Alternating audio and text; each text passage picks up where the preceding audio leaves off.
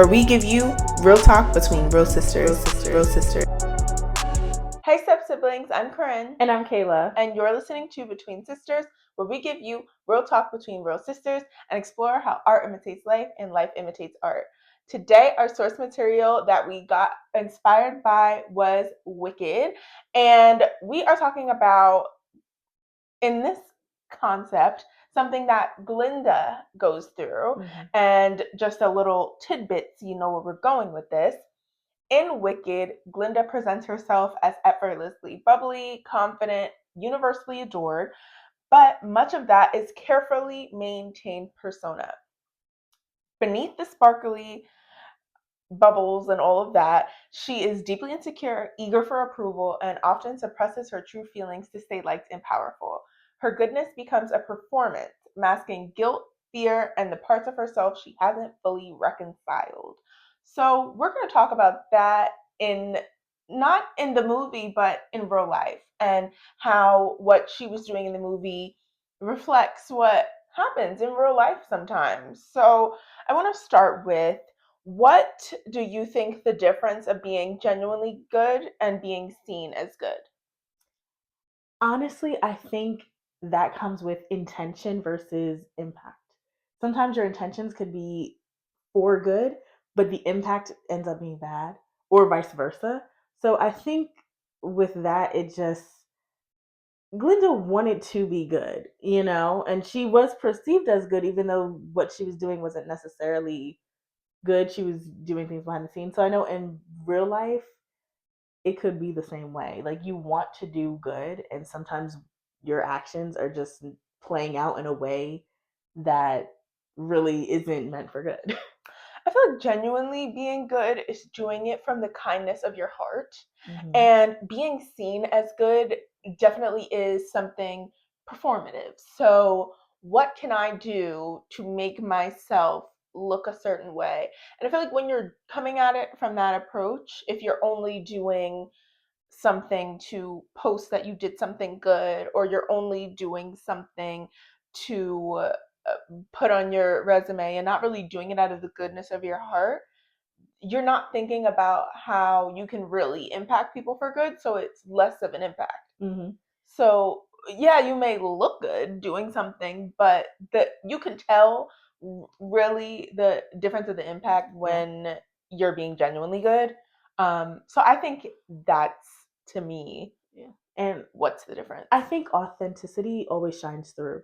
So I feel like you can only put on an act for so long. The people will catch on. The authenticity will shine through, and I think that's what the real difference is. When you look at certain people, you can see who's really doing it because they genuinely are just nice people. Yeah, because I've even been to places where I've been to an event where we were volunteering, and someone, it was with a company, and there were people who came and showed up and did what they had to do, and there were some people who came for 10 minutes for the photo op and left, and it's like, okay, you came to be seen as good, to make a speech and leave instead of actually helping.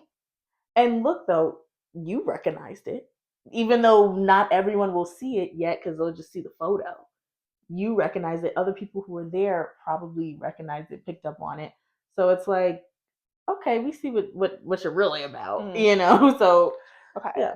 I want to ask, do you feel people feel guilt for benefiting from something knowing it's not right? I think that sometimes it depends on the person. I think after a while that could eat you up inside. Maybe not the first time, maybe not the second time, but after a while that guilt starts to creep up and creep in. Um, but I think that's something that happens over time. Yeah. I don't think that most people feel that way, because I see people all the time who benefit from systems that they know aren't right, who don't feel guilty about it. And I sometimes see people who benefit from systems that they know isn't right, that they aren't even aware that they're benefiting from this system. And then it's kind of, you now have, I mean, I feel like life is a system. Everyone has different starting points Yeah. in life. So there's a point in which you can control those things, and then there's a point in which you can't. Right. And so, do you feel guilt for the ones that you can't control? Do you feel guilt for starting in a place that maybe someone else had to work a little harder to get there? No, No, right. but if it's something that is like in Wicked, obviously, she's benefiting from something that is her doing wrong. Right. That, I think, is the difference of like, now you should be feeling that will guilt. weigh on you. And Yeah. you guilt. Yeah. Right. I'm like, but when I think about it in a broad sense, I'm like, everyone has benefited from something, Yeah. but there's a difference, and people mhm. act dense towards the differences. They do. Don't act dense with me. That's what I don't like. Don't act dense. Don't act like you don't know what's going on. You know, if you benefit from something, sometimes it is what it is. That's just how the tables fell. Now, if you do feel some type of way about it and you want to maybe help out other people, that's great and that's awesome. But don't act like you don't know what's going on. And I feel like you don't have to be ashamed of things like that. No. If you are a nepo baby, you don't have to be ashamed that you were born to your parents. You know what I'm saying? Yes. Do you have to talk down on people who haven't done it and been like, well, I just worked harder? No, you don't have to talk down on anyone. Can you acknowledge the blessing that you have?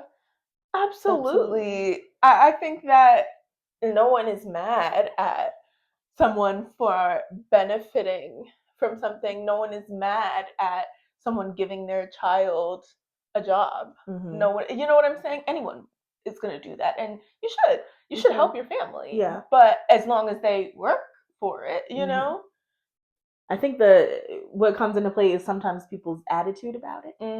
You know, when let's say you do get handed something and you're just nasty and snotty about it, it's like, okay, you don't put in the work. Yeah, you don't put in the work at all. You're just like, well, here popped up, doing the bare minimum, sometimes not even the bare minimum. That's when it's like, okay. And then it's, you know, someone else is doing a better job. Right. And now we're getting into complications. Now that's where you can start to feel the guilt. Right. There's nuance. There's things. Okay. Do you think that your behavior is shaped by being liked? That's actually okay, Corinne. That's a good question. All these questions I brought were inspired by Glinda's situation and what she's going through, and I feel like that is something that people go through. It is. Do you feel like your behavior is being shaped by being liked? It absolutely is. Think about when you're a kid and you're thinking about to say popular, but thinking about the popular people. They do, you know, being liked shapes how they act, how they are as the popular group. You know, that happens with social media. How people perceive you on social media, how much you are liked, will shape how you act and perceive yourself on your platforms. So, yeah, I can see how that happens. I think that it definitely is. I feel like you can take this and make it toxic, or you can take it and just take it as it is. People are going to like you and people are not going to like you, right? So you being your authentic self, which is what you should be, because otherwise it's going to be super draining to keep up with it. And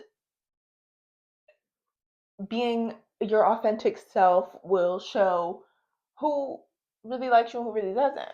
Yes. But, and not like they like this fake person that you've made up. Right. But your behavior, being liked is, to me, if you're being your authentic self and you're being a good person, then that's it. Like, that should shape your behavior. You shouldn't, as far as being liked, it's like, no, not everyone's gonna like you, but if you are a jerk, come on. Come on. And That so I feel like being liked, I don't feel like looking at that way is healthy, mm-hmm. but to a certain extent, okay, I'm a nice person, I'm authentic to myself. Some people like me, some people don't. But that's a way maybe you and I think, but that you takes growth to come to that. And I think that's what you see. If we go back to the movie, that's what you see Glinda do. She grows into being like, you know what, I can be authentic in myself and help everyone and whatever. But in real life, it takes time to really come to that. Some people, it just doesn't come naturally. Yeah, and I feel like trying to be liked by the world is a battle that you are never going to win. Never. Mm-mm. First of all, half of the people are miserable. Yeah. So there's that. Who cares what they think? Right. Second of all, as long as, to me, I'm like, God likes me. That's it. So if trying to please everything, you're never gonna please everyone. No. You're just taxing yourself. If you really focus on yourself, you would be more liked. Mm-hmm. Oh. You know what I'm saying? Yeah. So I feel like that your behavior low key is shaped by being liked, but not as I need people to like me. Your behavior is okay. Well, I feel like most people are conscious of I'm gonna be kind and gonna be a good person. Mm-hmm. I think we keep saying authenticity. I think that's just the word of the day. Being authentic will get the people who you want to like you to like you.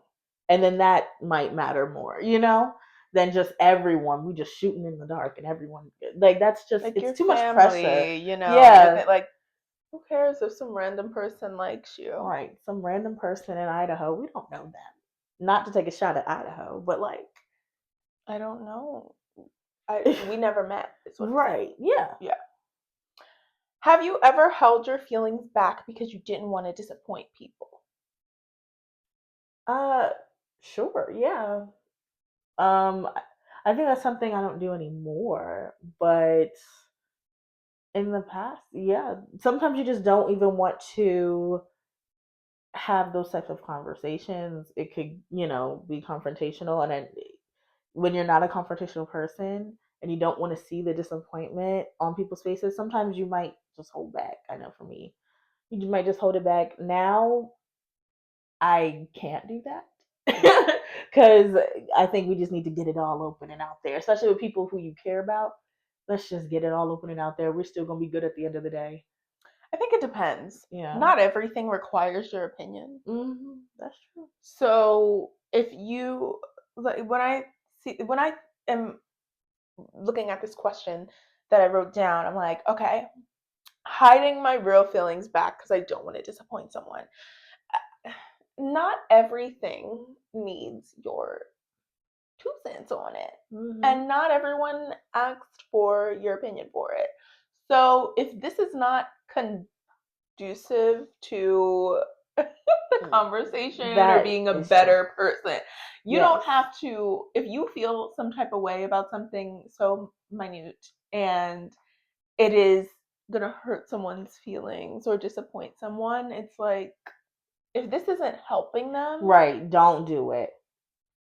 Like, don't do it. Yeah. What did it benefit you to tell your friend that I don't know, their little brother is ugly? I don't know. Right. Like that doesn't like stuff like that. It's like come on. You know what I'm saying? Like some things I feel like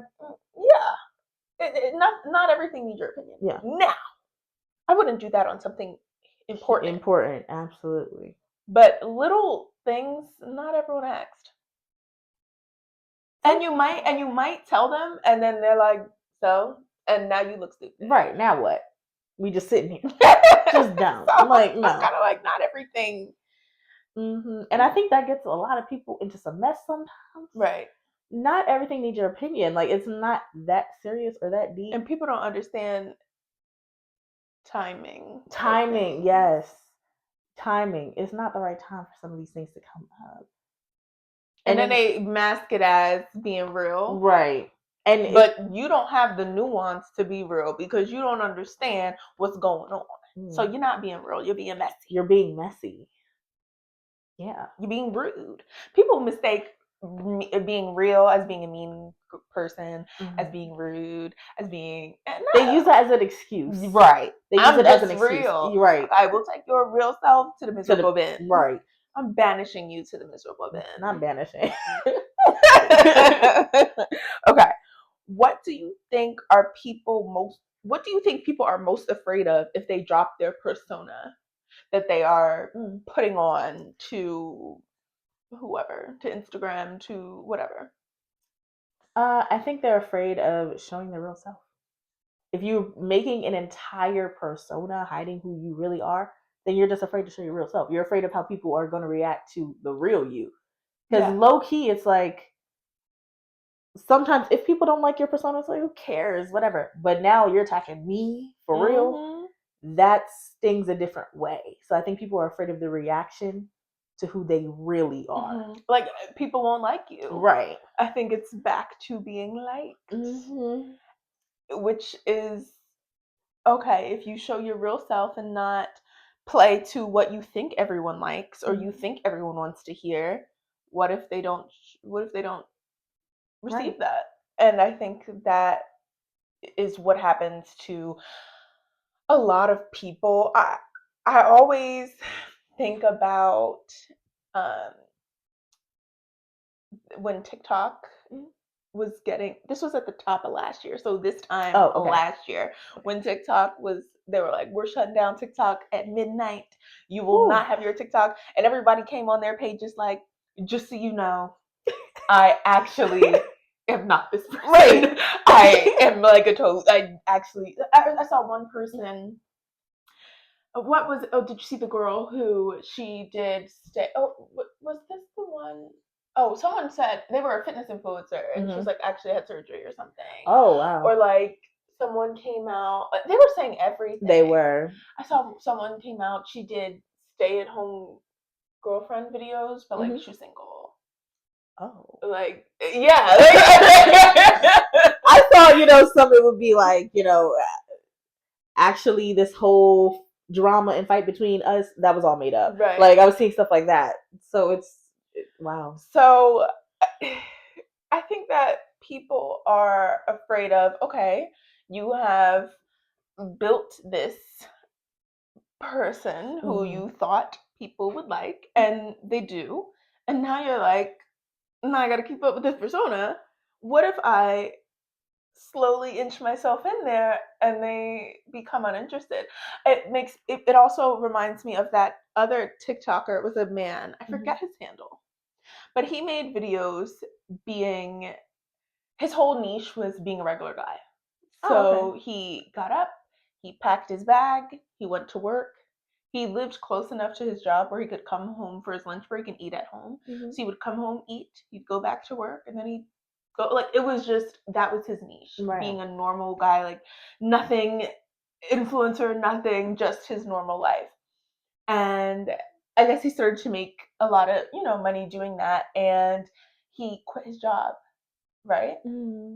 But that was his whole niche. Right. So he didn't want anyone to know that he quit his job because that was his whole niche. So he rented out a WeWork space and was cosplaying that he was still going in to it and like making the videos and making the stuff. Right. And people started to notice. And people started to talk about it, and it kind of blew up, and everyone was mad about it.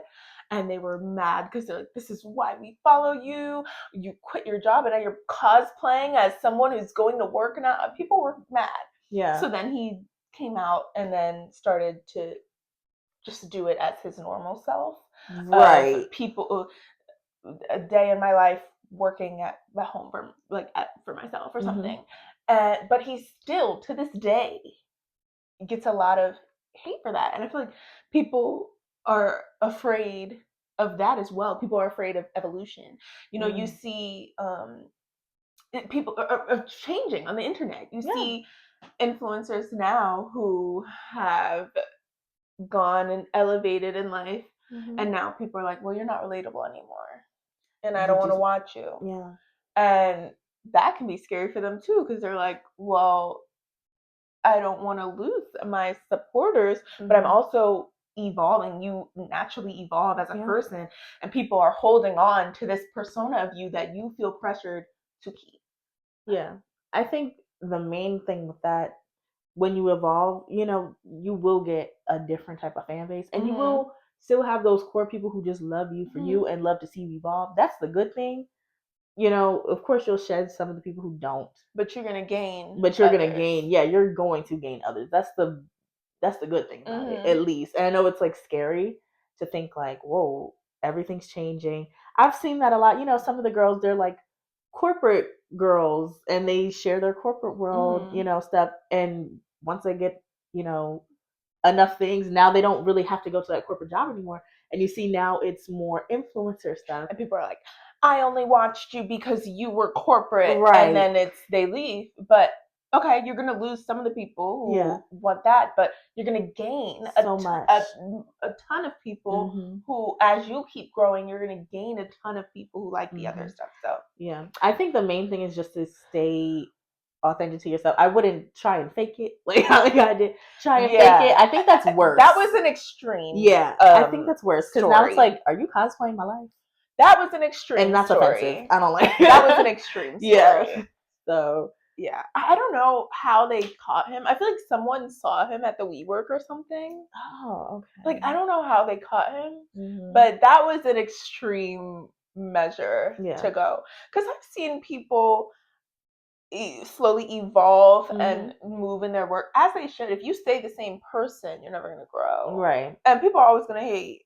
Always. Because sometimes people genuinely are like, I wanted to watch a corporate content, and they move on and they go to a corporate person. Mhm. But sometimes people are just They're just hating. hating on Mhm. you. So you gotta take everything with a grain of salt.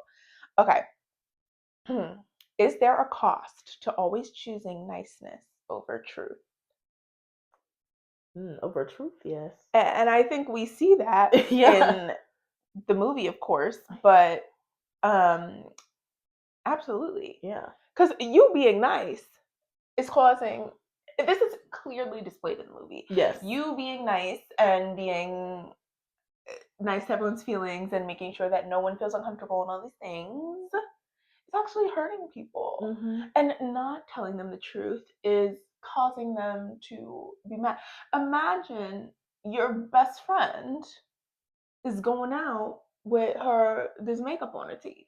Right. And you want to be nice instead of telling her the truth, and you got her out here looking crazy. Looking crazy. Yeah. And you're like, well, I don't want to make her feel bad. She already was feeling bad about the makeup. I'm not gonna tell her that her eyebrows smudged. Like, come on. Tell that girl the truth. Tell her the truth. Tell her the truth. And you use a small example, but that can get big. Okay. That can get real big, and it can be a problem. Mhm. Like that can ruin lives. That it could be something that changes the trajectory of someone's life. So I think sometimes the truth hurts, but you gotta if it's significant, you should tell the truth. if you stand for anything, Hey. okay, because niceness is something that you should just be, not just faking. Yeah. When your niceness becomes being fake, and we can tell. So For sure. For sure. people think that people can't tell, and that's the problem. That's the problem. You And can always sometimes, tell. even if you're getting away with it, people could tell. They just understand, and they're playing the game too. Especially, sometimes when you meet someone and you can just feel the fakeness. Like they're trying to, like, hey, oh my gosh, hot. It's like you just feel it. And you could be a bubbly person. Yes. But you can tell when you it's can authentic tell when or it's not. exactly. You can tell when it's authentic or not. I can always tell. Thank God for discernment. Okay. My last question. How do you know when you're avoiding honesty just to stay comfortable? How do you know? Because that to me was big in this movie. It was. People avoiding honesty to stay comfortable in where they were at. Mm-hmm. I feel like I see that when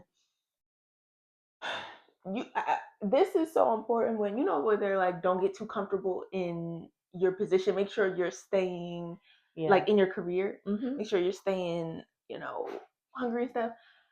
I feel like that I see in myself. Like, be honest when in your career. Okay, what can I do to continue to strive for my best? Continue to do what I'm saying, so that I don't get comfortable.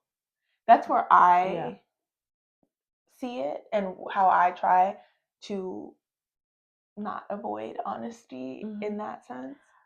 How I took the question, I think when like how you're avoiding honesty is when it gets easier for you to do it. Because I feel like at first that's hard. You're juggling, within yourself, like, oh my gosh, this is right, this is wrong, but I'm benefiting from it. Da, da, da. But the more you do it, and the more you get comfortable, and you're okay with it, and you can turn a blind eye to it, that's scary. So I think that's when you're way too comfortable. Right. When it's nothing to you anymore, way too comfortable. Way too comfortable. Even someone has a differing view of something with you, and it's big, it's political, it's big, and they are actively participating in things that are changing things and policies or something in your community or in your group or in your organization or whatever, and you are comfortable with not challenging anyone on it, with not trying to make your voice be heard, I always see people talk about their people who know their friends did something bad, yeah, and they just turn a blind eye towards it, and it's like you became comfortable instead of being honest. Yeah, that's a good one, because I know there are a lot of people who will just turn a blind eye because they love that person, that's their friend, that's their cousin, that's their brother. No, but right from right, wrong from wrong. Yeah, and you're avoiding honesty to stay comfortable, so that everyone can sit down and not have an awkward conversation at a holiday, right, at Thanksgiving, when everybody knows what happened. That's exactly what Glenda was doing. Yeah, I'm just like her. Like her. Yeah.